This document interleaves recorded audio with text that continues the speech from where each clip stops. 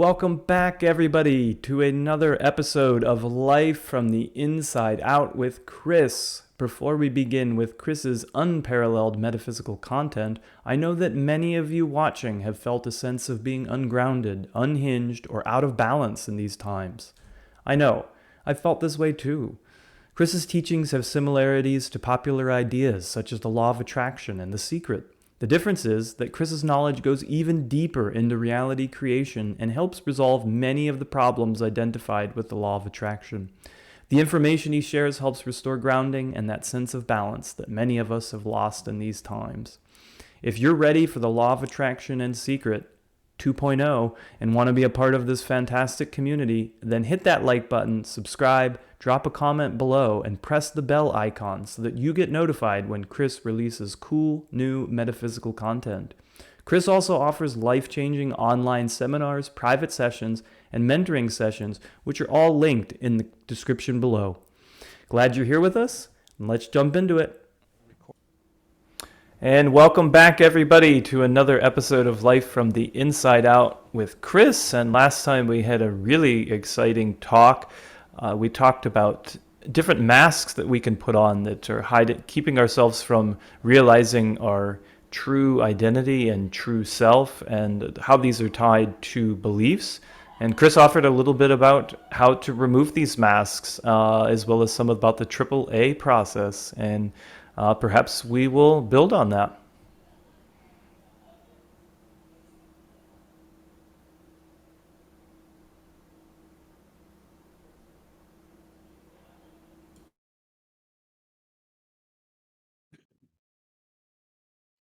Now we trust that you are again comfortable, and we thank you for your consideration.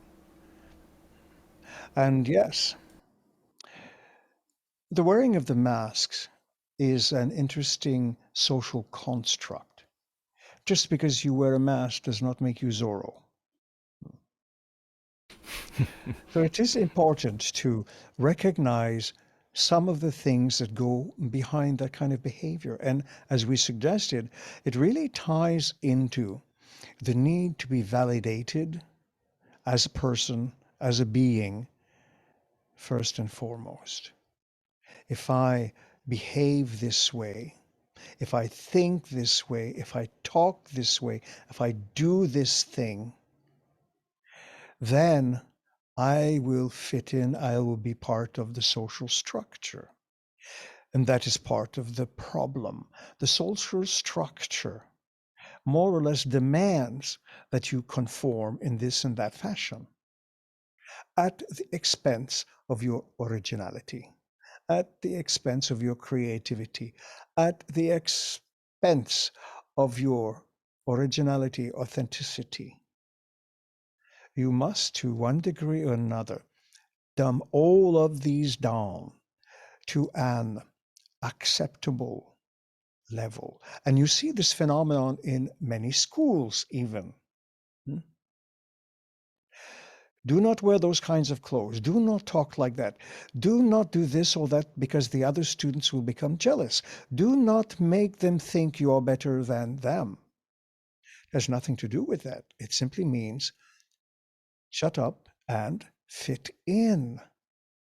Be very nice. Only do what we tell you to do. Only think what we tell you to think. Only see what we tell you to see, hear, and speak. In that way, you feel as if your wings are being clipped more and more and more. And this is how you are encouraged to fit in, even in the home environment. Children have a very unbound imagination. They may have, quote unquote, imaginary friends. They may even talk about things that is not possible for them to have known about. So the child is encouraged to stop that. Do not say these things. Just go to your room and be quiet and be normal. re how would we say, end this idea, this foolish idea of imaginary friends. In other words, plug your imagination, child. No one wants to hear about that because it would make us feel uncomfortable reliving those particular instances where we ourselves, now as adults, had to plug our imagination and curb our enthusiasm as children. And we do not want to deal with that in our lives. So this is just passed on from one generation to another, and so on. Does that make some sense to you? Yes, and in the case of the adults, if they were to deal with those ideas for themselves, give that their own, I'm going to call it their own inner child or that own childhood, it would, if they were in that moment to change, it would have an influence on that, correct? It definitely would. It might even spark their lives to explore things they have always shunned and shoved aside because they were told to do those things in the first place. Do not become a painter. Do not become an artist. Go become a doctor instead, because it's the only way you can be valued in your society. This happens more than enough time. Mommy and daddy know what is best for you. You do not have a say in your life. And that might be ingrained very, very early on. So, of course, the child does not necessarily want to hurt the feelings of the parents, so the child complies. The child blames itself if there are problems. It must be because I did not do as mommy and daddy said. I did not keep quiet. Therefore, I must be a bad child. If I am a bad child, I may not be lovable. They will not love me. So, of course, we are scratching the surface, but sufficiently deep enough that you might recognize some of these issues with your own lives. So, this builds up different expectations. I expect as a child that if I open my mouth and talk about my imaginary friend, I will be sent to my room without dinner. I will not get dessert. I will not get hugs. So these particular kinds of beliefs or expectations may appear very innocent initially, but they do sink into the mind. And when they sink, they drag that child's perceptions with it and they lock it up back into that fortress. Do you follow? Yes, and say we find ourselves in the position of a parent or a grandparent, and we're watching children engaging in this manner. What could we do to do the opposite, to encourage them to use their imagination and creativity? Become a child yourself. You were once a child. The child within you has not died. You have simply shoved it aside. Invite that child back. Have fun with your own children. Have fun with your grandchildren on their particular level. If they speak about having had another mommy or daddy, another family, another life somewhere before yours, do not humor them. Instead, participate in the story. Let them understand that they are not crazy. They are not a foolish child telling lies, but instead they are using their creativity, and they might indeed be trying to understand where they fit into the world. Do not suggest to them in any way, shape, or form that the only way to fit into the world is to not talk about themselves. Let them do that. You might discover that they are highly creative, and their creativity can actually free you from the bonds that you placed around your own wings in your own childhood. If they want to play some games, play the game with them. Just become a child again. Their, their imagination is unbound at that point. Do not bind that imagination to how you think they should be. Instead, encourage them to be themselves. They are in the process of figuring out who they are. Do not tell them who they cannot be. Tell them who they can be. They can be creative. They can be ingenious. They can be fun and loving and loved. And again, there is so much more available, but this is sufficient to trigger opening up your own mind and awareness on those particular issues.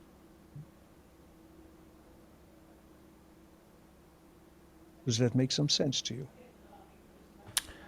Yes, it does, and I've definitely engaged in a few of those processes. It can be fun. Yeah, it And is in fact, fun. you can even show them new games, new ways to engage their vocabulary, their language, their intellect. Perhaps introduce them to Scrabble if they are old enough.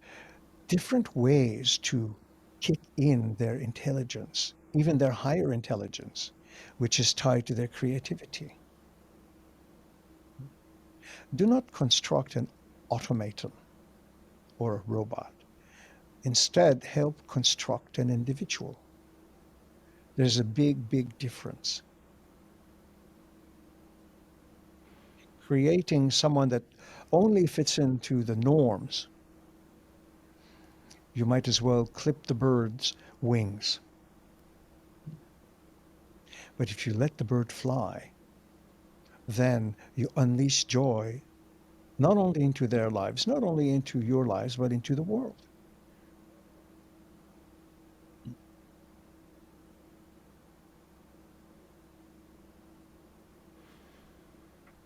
Well, we could all use a little bit more of that, for sure.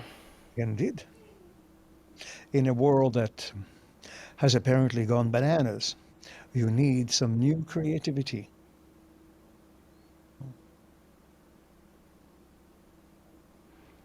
Please feel free to continue. Well, what was on the tip of my tongue there, Kris, was that when you use the words new creativity, that's what we're engaging in, call it the shift, and also that same act of taking that mask off and seeing what's underneath. Indeed. Your species is on the very, very precipice of a new horizon, on the very, very precipice of new enlightenment. So, of course, it appears that thinking is though in those particular terms is counterintuitive. We have areas of the world at war. There is greed and oppression and this and that all over the place. And the more you are bombarded with those kinds of ideas, the more you are dumbed down to think there's nothing else in the world and that your creativity, your genuine self is invalid. So we are encouraging then instead to look at your world in a new way. And by that we mean, yes, it appears that you are moving into a particular darkness. The dark storm is coming. But usually after a storm, the sun and the rainbow come out. And these go in cycles, whether they are in 1,000, 2,000 year cycles, 10,000 year cycles. There are many cycles within cycles. That should not be a deterrent to become literally a shining light during a dark hour. And each and every one of you has the energy, the power, the creativity, the joy, and the love to be that shining light. We may speak in general terms, and at the same time, nothing we say truly is general. Well, I know for me, these things apply to me, and I'd have to imagine that it's an experience that many of our viewers are having as well. Yes. And you mentioned the key word, imagine. So, of course, the Beatles have a very famous song, Imagine, and it is very close to the truth. You use your imagination in the worst possible way. You use it against your own best interests. You imagine the worst possible situation. You imagine that the other shoe is bound to drop at any second and ruin your life. And you think that is being practical as a species without ever thinking that why not imagine that there is no other shoe? Why not imagine that the best possible situation is around the corner just as easily as the worst situation? You're using the same tool, imagination. How you react to it is very different. You can use the same tool. We refer to this as technologies of consciousness. Your imagination, your feelings, and your emotions, because they help create your experience. And your experience is the reality. What you experience in here is the reality, not what you experience out there. So if your internal experience is that at any moment the best possible outcome is about to manifest, your feelings about yourself and your world and who you are will be vastly different.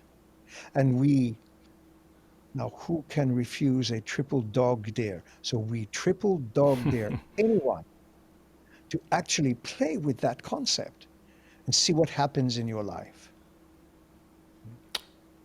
Oh, yeah, that's one, Chris. I want to write that down and put it up somewhere and always kind of be looking at it. I think would be a nice It reminder. is a very good idea. Print it out, put it in many different places around the home, especially where you can see it shortly after waking up or even upon waking up, so that immediately it is imprinted in your brain. And every time you find your thoughts meandering towards, oh, the sky is going to fall today. No, the sky is not going to fall today. The worst outcome does not exist. The best outcome does, and it will come in my life today.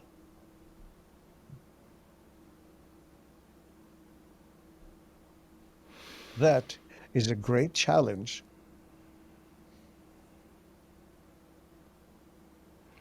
Yeah, for me, it's reminding me there's um, there's an old Mark Twain quote, and I may not have it exactly right, but it's something along the lines of a lot of horrible things have happened or can happen today. Most of which will never happen, or something like that. It had to do with Yes, the imagine. concerning imagining the worst possible outcome, Yeah. worrying unnecessarily, literally worrying yourselves to death about situations that will never happen.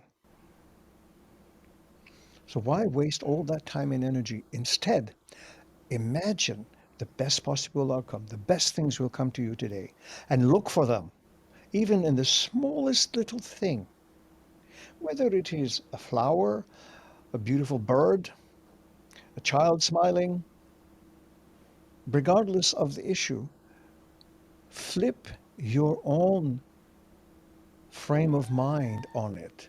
Hmm? reframe your experiences towards that particular thing or those things. And you will see, even after a few days, there is a significant difference in the outcome of your life. So it can be a game changer, but that depends on you. No one else will do it for you. And that is part of the original problems we brought up. Always expecting other people, external situations, even externalized supernatural beings, that they will save you, they will make your life better, they will validate you when you do good things. And you lose your own sense of self along that way.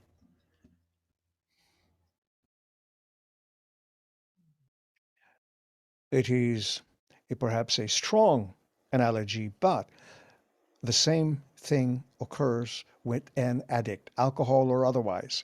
The alcohol, the drugs will make me feel good, or will make the world a wonderful place as it slowly kills you.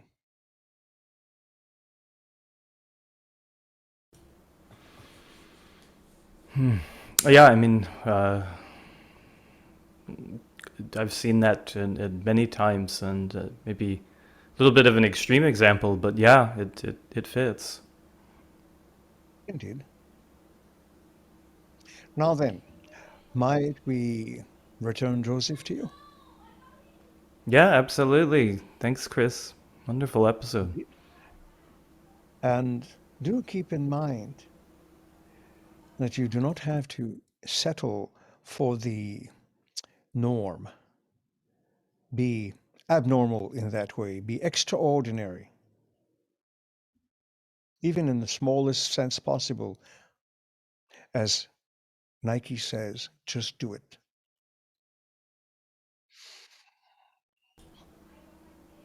All right. Thank you, Kris. Thanks for watching, and if you'd like to leave a question for Kris, drop it in the comments below. Myself, Serge, or someone from the Kris team will be checking these. We're going to use them to drive the discussion and also put them into future episodes. So if you want to interact with Kris and the Kris community, feel free. Put your questions below, and we'd like to see you here again next time. Thanks.